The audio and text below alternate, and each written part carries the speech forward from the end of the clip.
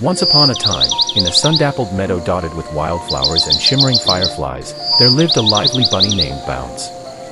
True to his name, Bounce couldn't resist hopping everywhere, on tree stumps, over babbling brooks, and even atop the occasional sleeping fox, though his older sister, Fern, always scolded him for that. Fern was the protective, no-nonsense type, always keeping a watchful eye on her spirited little brother. One crisp autumn evening, as the siblings nibbled on clover near the edge of the meadow, Bounce spotted a glowing, golden acorn nestled in the roots of an ancient oak tree. "Fern, look. It's magical," he exclaimed, his nose twitching with excitement. Fern frowned. "Bounce, we've talked about this. Not everything shiny is magical. Sometimes it's just shiny." But Bounce, ever the dreamer, couldn't resist. With one mighty hop, he grabbed the acorn, and the ground beneath him vanished. The siblings tumbled into a swirling tunnel of light, landing in a fantastical world called the Starry Meadow. Here, the grass sparkled like diamonds, and the sky was a canvas of swirling constellations. But before they could marvel further, a tiny, flustered hedgehog named Pippin scurried up to them. "You've taken the golden acorn," he squeaked. "Now the Starlight Festival can't begin."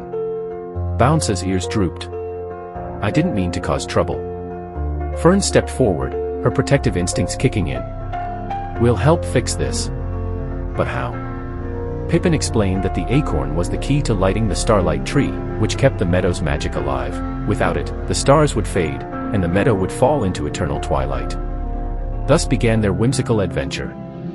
They raced through fields of singing daisies, outsmarted a mischievous cloud that kept stealing their path, and even convinced a grumpy old owl to lend them his wisdom.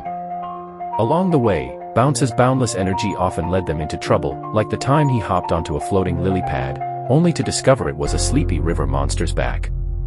But Fern was always there to pull him out, her stern words hiding a deep love for her little brother. As they reached the starlight tree, they faced their final challenge. The acorn had to be placed at the very top, and the tree was guarded by a swirling wind that tested their courage. Bounce, though small, volunteered to climb. "I'm the best hopper, after all," he said with a grin. Fern hesitated, her protective instincts screaming, but she nodded. "Be careful, Bounce."